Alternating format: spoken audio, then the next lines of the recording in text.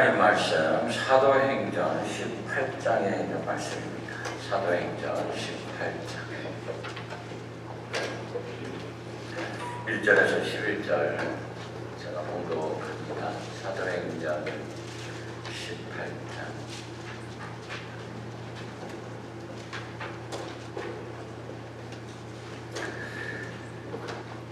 그 후에 바울이 아덴을 떠나 고린도에 이르러 아굴라라 하는 본도에서는 유대인 한 사람을 만나니 글라우디오가 모든 유대인을 명하여 로마에서 떠나라 한 고로 그가 그 아내 브리스길라와 함께 이달리아로부터 새로 온지라 바울이 그들에게 가매 생업이 같음으로 함께 살며 일을 하니 그 생업은 천막을 만드는 것이더라.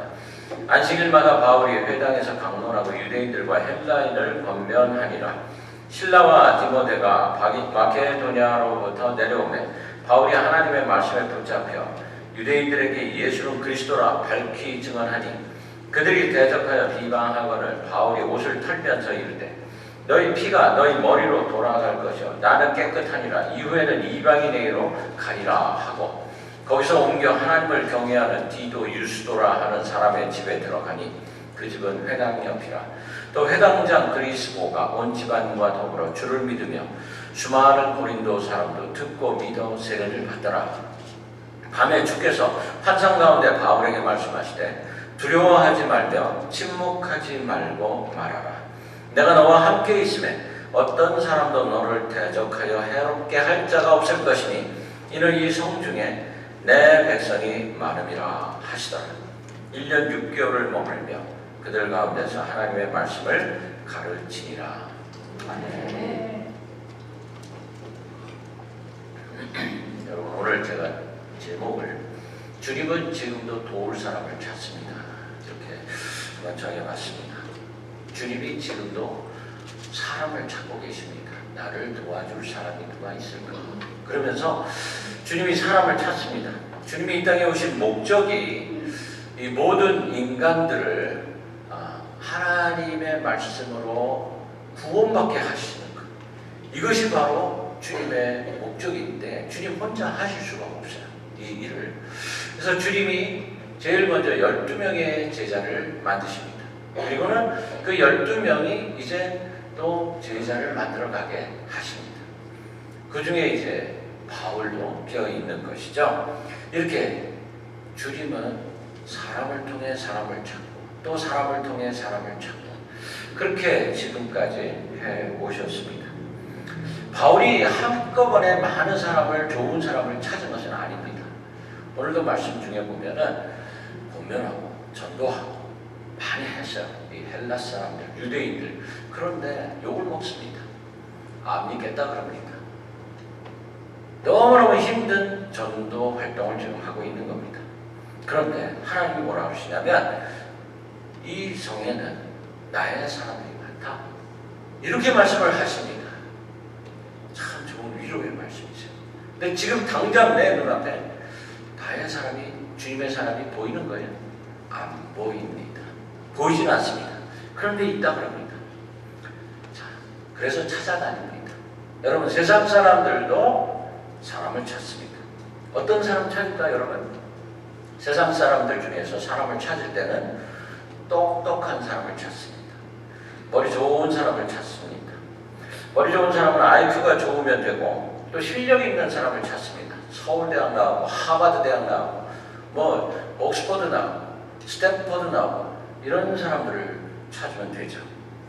여러분 IQ 테스트를 한번 해보신 적이 있으십니까? 저는 아주 오래 전에 국민학교 다닐 때 IQ 테스트를 했어요. 제가 전교 1등을 했습니다. 제 IQ가 149가 나왔어요.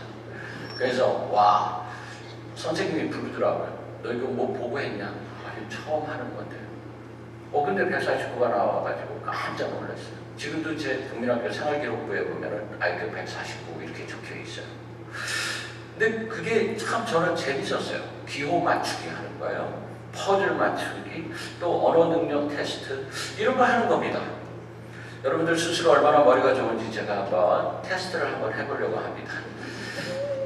노래 중에 산토끼 토끼야 어디를 가느냐 이 노래에서 산토끼를 반대로 말하면 어떤 토끼가 될까요?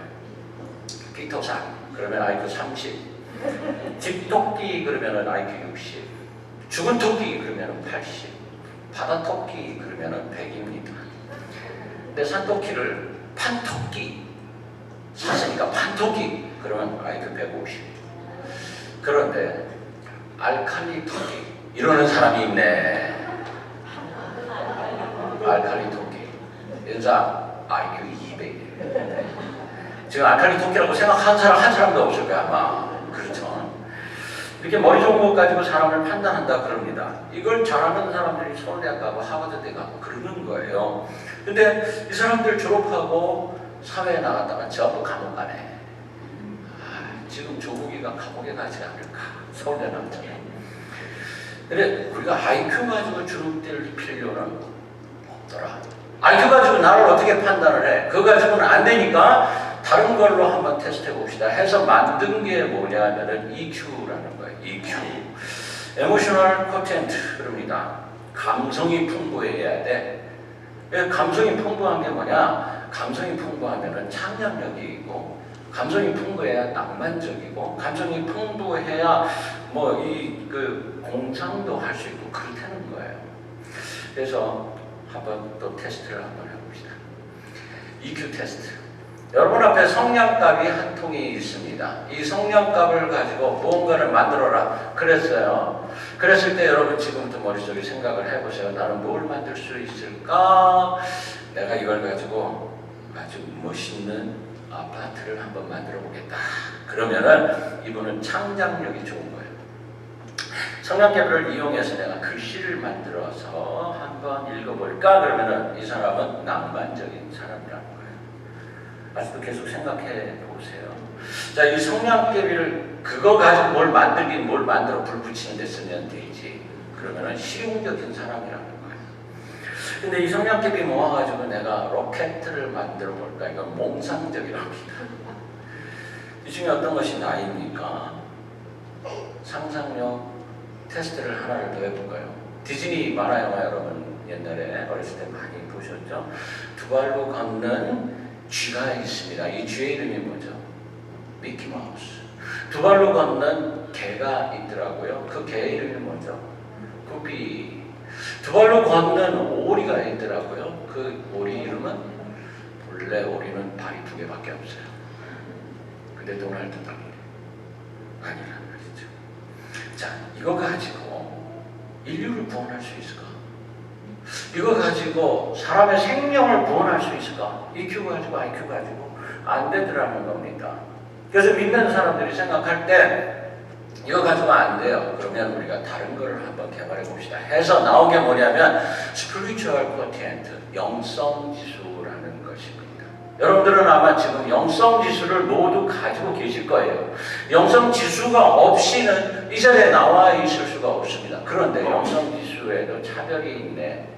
제가 지금부터 10개의 영성 지수를 말씀을 드릴 텐데 이 중에서 내가 동의합니다가 몇 개인지를 한번 잘 보세요. 1. 영광과 존귀 그러면 예수님이 생각납니다. 2. 찬송을 부르면서 나는 눈물을 흘려본 적이 있습니다. 3. 주기도문 사도신경 10개 이 정도는 나는 외울 수 있습니다. 4. 기도하면 반드시 이루어진다고 나는 믿습니다. 5. 사람들이 많은 공공장소에서도 나는 반드시 식사기도를 합니다. 6. 믿지 않는 사람을 보면은 그 영혼이 불쌍하게 느껴집니다. 7. 이 세상의 물질보다 저 세상의 기쁨, 천국에 가는 것, 난 그게 더 소중하다고 생각을 합니다. 8. 주일 성수는 반드시 지켜야 한다라고 나는 믿습니다. 9. 11조는 믿는 자의 최소한의 신앙 고백이다. 난 이렇게 믿습니다. 10. 교육자들, 목사를 하나님의 대리인이라고 나는 믿습니다. 10개 중에 5개가 안 되면 낙제, 5개 이상이 돼야 통과가 되는 거예요. 여러분들은 모두 5개 이상이시죠? 그쵸? 아멘. 반도 안 되네. 자, 여러분 근데 IQ 낮아도 괜찮습니다. 엄마 아빠가 뭐 그렇게 공부 못하는 사람의 자녀로 태어났는데 어떡할 거예요? 다 부모 탓이에요. 그렇죠? 어쩔 수가 없어요. EQ 조금 모자라도 괜찮아요. 뭐 음악을 듣는 것보다 나는 게임하는 게 더 좋아요. 그거 뭐 어떻게 합니까? 못해요. 그런데 내 SQ, Spiritual Content, 영성지수, 이거는요 우리가 자녀들에게 만들어주는 겁니다. 자녀들이 나를 보고 배웁니다. 여러분들을 보고 그대로 카피합니다. 아, 이렇게 하면 되는 거구나. 태어나면서부터 배울 수가 없는 거예요. 여러분들의 자녀들에게 하나님을 올바르게 가르쳐서 다른 건 몰라도 하나님을 믿는 것이 축복의 근원이다, 이거를 반드시 가르칠 수 있기를 간절히 바랍니다. 그러기 위해서 우리가 자녀들 앞에서 정말 잘해야 돼요. 기도하는 아버지, 기도하는 어머니, 이런 모습 보일 수 있어야 돼요. 제가 어저께 우리 아들하고 대판 싸웠어요. 지금 바빠 죽겠는데 딴짓만 하고 있는데, 야, 너 와서 아빠 좀 도와라 그랬더니, 너 왜 그런 거예요? 그래서 왜? 그랬더니 자기가 지금 너무 힘들대. 1시간 반씩 학교 갔다 오니까 왕복 3시간 운전하고 오니까 너무 힘들대. 그렇다고 자기 쉬어야 된대. 야, 그래도 너 놓아봐야지. 놓아봐. 그랬더니 너. 그래서 내가 소리를 질렀어요. 그러고 싸웠어. 싸우고 나한테 밤에 잠이 안 오네. 근데 얘도 가서 설교해야 되잖아. 나도 설교해야 되고. 어떡합니까? 제가 조금 아까 들어오기 전에 전화했어요. 세진아 설교 잘해라 그랬더니 아빠 I'm sorry 이러더라고요. 풀었어요. 근데 내가 잘해야 되겠다, 그런 생각을 합니다. 세상에 IQ 모자라서 석박사가 되지 못한다 할지라도 믿음으로 세상을 정복하는 자가 될 수 있다, 이걸 가르칠 수 있어야지 된다는 거예요. 저와 여러분들이 이렇게 순수하게 믿음을 가르칠 때 우리 자녀들이 예수님 닮은 성품을 닮아갈 수가 있는 줄로 저는 믿습니다. 자녀들과 함께 무릎 꿇고 기도하는 가정, 예배하는 가정, 찬양하는 가정 되시기를 주님의 이름으로 축원합니다. 아멘. 그래서 오늘 우리가 이 SQ, 스피리추얼 컨텐츠를 더 발전시킬 수 있기 위해서 오늘 이 말씀을 듣습니다. 바울이 고린도의 교회를 개척하는 장면이 나오는 말씀이에요. 고린도 전후서 말씀을 우리가 잘 알죠. 고린도가 어떤 도시인지 우리가 압니다. 상업도시고 경제적으로 부흥을 누리고 있던 도시였고 문화가 아주 정말 왕성하다, 이런 도시였어요. 자연히 타락한 도시가 됩니다. 몰려드는 상인들이 너무너무 많이 있었어요. 흥청거립니다. 바울이 이 고린도 한복판에서 쉬지 않고 복음을 전하는데 계속해서 도전합니다. 너 무슨 그따위 소리를 하고 있는 거야. 우리가 믿고 있는 게 있는데 그만둬. 막 이럽니다. 그 열정으로 바울은 계속 말씀을 전하다가 브리스길라와 아굴라를 만나는 장면이에요. 자, 브리스길라 아굴라가 오니까 하나님 말씀을 참 잘 듣고 있어요. 참 성실해요. 그래서 같은 업종이라 같이 먹고 자고 하면서 일을 하면서 복음을 전합니다. 이게 중요해요. 같이 복음을 전하면서 살자. 이 말에 브리스길라 아굴라가 들어보니까 정말 맞는 얘기만 하잖아요. 그래서 나도 그러면은 믿기로 합니다. 분명히 이런 일들이 있었을 거예요. 고린도 교회의 반석이 되는 사람들이 됩니다. 고린도는 그리스 아테네하고 전혀 멀지가 않아요. 배만 타면 왔다 갔다 할 수 있는 거리예요. 제가 오래전에 한번 그 배를 타고 에베소에서 반모섬으로 해가지고 그리스로 들어가는 그 길을 한번 간 적이 있어요. 근데 반모섬 가다가 태풍을 만나가지고 알지도 못하는 섬에 들어가서 8시간을 기다리다가 다시 반모섬 못 가고 그냥 아테네로 들어갔다, 그런 적이 있어요. 그러니까 배만 타면 빼돌백을 돌 수 있는 도시가 바로 그 근처에 다 있습니다. 자, 활발한 교육이 있었겠죠. 이런 곳에서 바울은 복음을 전하는 겁니다. 그에게 닥치고 있는 문제들과 이걸 어떻게 극복하고 있는가 한번 보세요. 첫째로 하나님이 교제할 수 있는 사람을 붙여주십니다. 그 말씀이 바로 5절에 있는 말씀이에요. 하나님 예수님에게도 12명의 사역자를 붙여주신 거 알 수 있듯이 하나님은 반드시 사람을 보내주십니다. 하나님은 사람을 통해서 일을 하시기 위해서 예수 그리스도를 사람으로 이 땅에 보내주셨어요. 그리고 예수님은 12명의 제자를 만들게 되고 그 12명은 또 제자의 제자를 만들게 되죠. 제가 지난 30년 목회 돌아볼 때 하나님 절대로 저보고 혼자 목회하라고 그러신 적 없어요. 항상 저의 곁에는 좋은 집사님, 부목사님, 장로님들이 계셨습니다. 만약 그분들이 계시지 않았다면 저는 마치 광야에 던져진 사람과 같았을 겁니다. 아무것도 못했을 거예요. 포기했을 겁니다. 제가 깨달은 첫 번째 법칙, 하나님은 항상 사람을 통해서 일하신다는 거예요. 하나님 아담과 하와를 통해서 사탄이 존재한다. 이거를 가르쳐 주셨습니다. 아브라함을 통해서 믿음을 가진다는 것은 이런 것이다. 이거를 보여주셨고 모세를 통해서 하나님이 택하신 사람들은 믿음만 가지고 있으면 무슨 일이든지 할 수 있다. 이걸 보여주셨어요. 신약에 와서 당신의 아들을 사람으로 이 땅에서 살게 하시고 자, 이 이유가 뭘까? 그 이유는 시작과 끝을 사람을 통해서 하시겠다는 하나님의 의지를 보여주시는 겁니다. 예수님이 이 땅에서 저와 여러분들이 겪을 수 있는 모든 아픔, 즐거움, 기쁨을 보여주십니다. 그러나 마지막으로 하나님의 아들만 할 수 있는 모든 죄를 사해 주는 일을 우리에게 베풀어 주십니다. 그걸로 끝나는 게 아니에요. 육체의 죽음 그 다음에는 반드시 영생이 있다는 걸 보여주시기 위해서 부활 승천하십니다. 다시 말해서 하나님은 하나님의 아들로 이 땅에 오셔서 우리에게 하나님을 믿으면 이런 일이 벌어질 수 있다 하는 것을 우리에게 다 보여주신 거예요. 저와 여러분, 그래서 우리는 예수 그리스도를 통해서 살아계신 하나님이 여기에도 계시는구나 이거를 깨닫게 됩니다. 저와 여러분, 사도 바울의 열정을 한번 보세요. 6절에서 8절에 이 사도 바울을 통해서 하나님은 놀라운 사역의 열매를 보여주고 계십니다. 바울의 열정적 전도에 대해서 유대인들의 반응은 냉소적이었어요.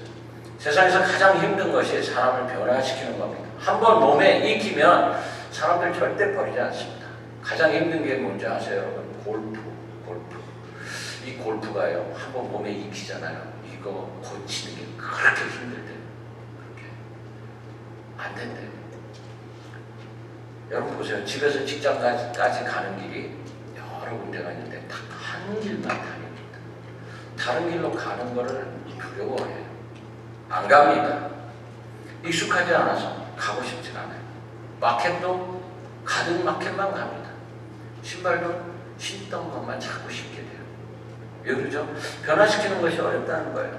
그런데 바울은 이 인생이 완전히 바뀌어지게 변화시켜야 되는 책임을 가지고 사람들에게 말을 하고 있는 겁니다.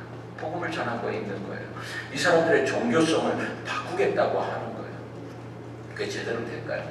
제가 언젠가 말씀드린 적이 있는데 불교를 잘 믿고 있던 아주 독실한 불교 신자가 예수님 믿고 난 다음에 저한테 와가지고 인사를 하면서 스님 안녕하세요. 그래서 제가 깜짝 놀랐어요.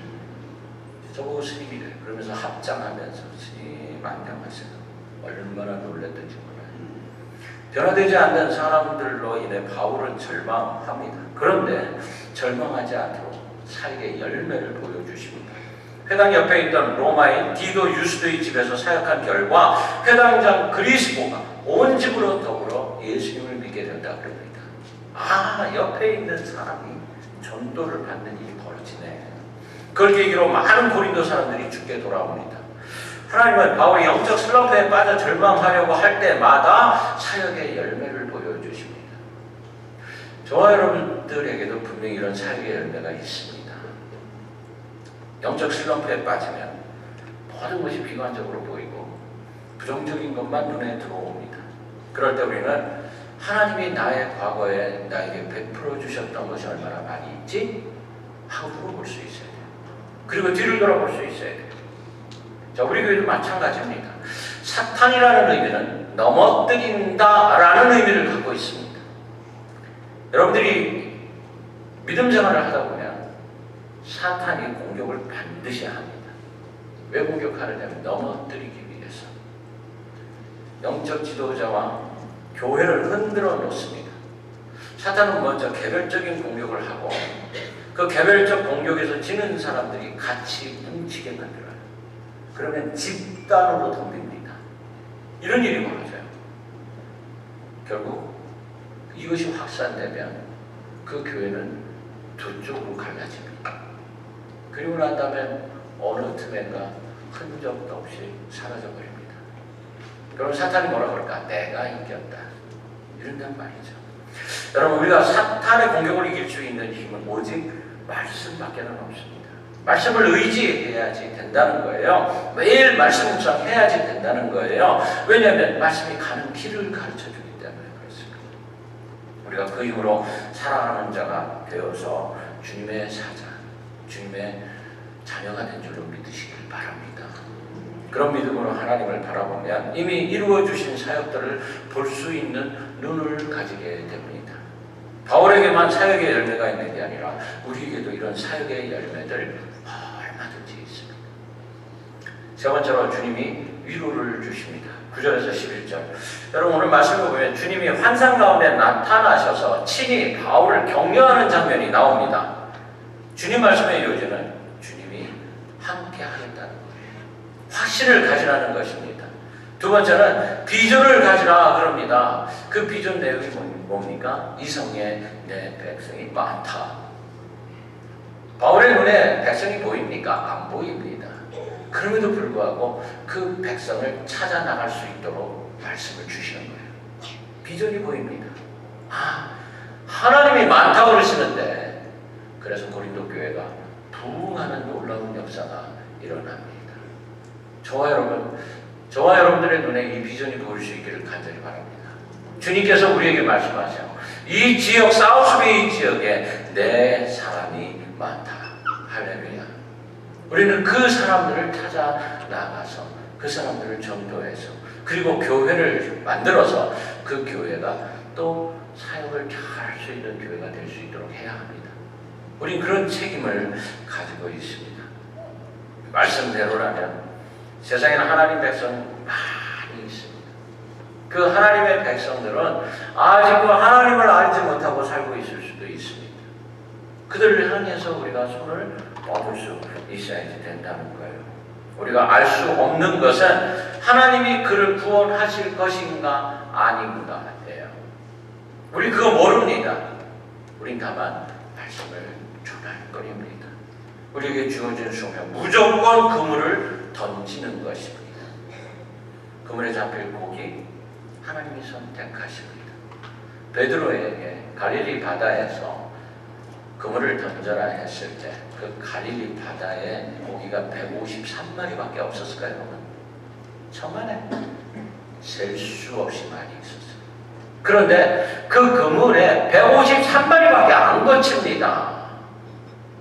153마리. 그 153마리가 바로 저와 여러분들인 줄로 믿으시길 바랍니다. 하나님의 그물에 사로잡힌 사람들이세요. 그 그물에 사로잡힌 저와 여러분들이 건짐을 받은 겁니다. 그리고 이 땅에, 그리고 이 자리에 지금 와 있는 겁니다. 우리가 이 땅에서 해야 할 일, 땅끝까지 복음 전하는 겁니다. 그 사람들이 전부 다 153마리가 될 수 있게 만들어가는 거예요. 그리고 훗날 주님 앞에 섰을 때 참 잘했다, 내 사랑하는 종아, 이 칭찬을 들을 수 있게 될 것입니다. 하나님은 친히 바울에게 나타나 확신 주시고 비전을 주시고 슬럼프에서 벗어나게 하십니다. 1년 6개월 고린도에서의 목회는 성공적인 목회가 됩니다. 오늘날 환상으로 나타나시지는 않지만 하나님은 지금도 말씀으로 우리에게 나타나십니다. 기도하는 중에 만져주시고 기도하는 중에 위로하시고 격려해 주십니다. 이 말씀은 혼자가 아니라는 약속이고 또한 해야 할 일이 있다는 뜻입니다. 엘리야가 절망할 때 바알에게 무릎 꿇지 않은 7,000명 이스라엘 백성이 있다. 이렇게 엘리야를 격려하십니다. 아직도 할 일이 있기 때문에 떡과 물을 주시던 엘리야의 하나님께서 똑같이 바울에게 말씀하십니다. 아직 할 일이 많이 있다. 쉬지 말고 말해라. 주님 그렇게 말씀하십니다. 오늘 저 엘리야 같은 말씀을 하고 계신다고 저는 믿습니다. 첫째로 내가 지금 나이를 감당할 사람을 찾고 있다라고 사람을 찾으시는데 바로 나입니다. 둘째로 여기에 열매가 있다. 이렇게 보여주십니다. 이제 우리가 해야 할 일은 그 열매를 따는 겁니다. 주님이 이미 다 맺혀 놓으셨습니다. 셋째로 실망하지 말라고 주십니다. 이제 우리가 응답을 할 차례입니다. 바울에게 말씀하셨던 그 말씀이 나에게 들려줄 수 있기 바랍니다. 내가 살아있는 이유는 IT에 선교 가기 위해서 라고 주님이 말씀하십니다. 아멘. 아무도 아멘.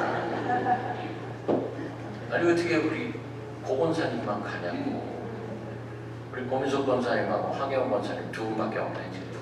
우리 부부하고 더 많이 가야지. 그렇죠?